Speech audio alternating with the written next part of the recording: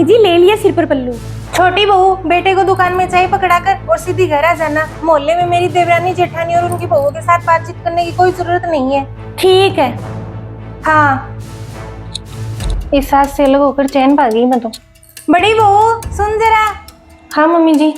बड़ी बहू, रात को देर तक मीठा बना रही थी, अरे मुझे भी टेस्ट करवा दे। हाँ बनाया था ना। बड़ी बहू, तेरे हाथ की तो बात ही अलग है। छोटी बहू को तो कुछ ढंग का बनाना ही नहीं आता। आज वही दाल रोटी सूखी, मैं तो नहीं खाऊंगी वो।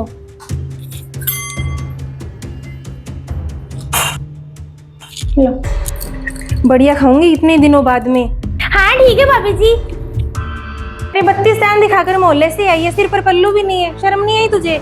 हाँ, आपकी देवरानी जेठानियों की बहुएं मिल गई थी, बातें कर रही थी उनके साथ।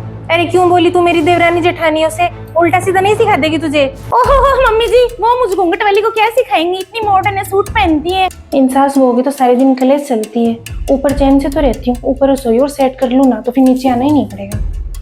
आज से तेरा बाहर आना जाना बंद है। बेटे को दुकान पर चाय मैं दे आऊंगी, नहीं देख रहा है ना तो घर आकर पी लेगा। नहीं जाएगी घर से बाहर, बस चुगलियां करती रहती है। ओहो मम्मी जी रहने दो, आपकी देवरानी जेठानियां तो है ना आपसे सुलझी और समझदार है। पास उनकी बहू होती मैं।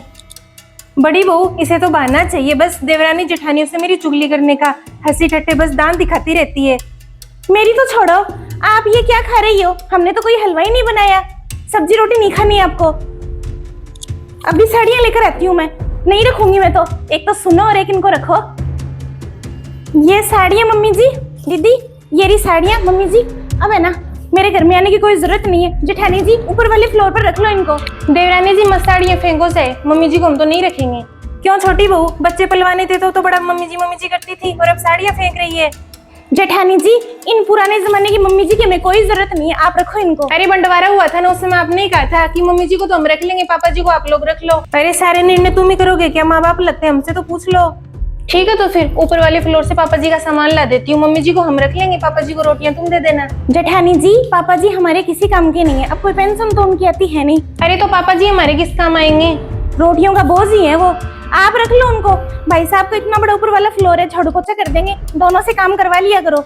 अरे बड़ी बहू, माँ बाप है तुम्हारे, कोई नौकर नौकरानी थोड़ी ना है। मम्मी जी अभी भी समय है, माँ बाप बन जाओ हमारे, वरना बुढ़ापे की खाट काटना तो बाकी है। मम्मी जी थोड़ी सी मैंने ऊंची आवाज में बात की, रोक टोक लगाई, आपको बुरा लगा ना? हम दोनों भी तो इंसान है, हमें बुरा नहीं लगता क्या? आराम से रहना सीख लो, वरना है ना यही रूप दिखेगा फिर। हाँ बिल्कुल ठीक है, अब से कोई रोका टोकी नहीं करूंगी, रह लो तुम भी आराम से।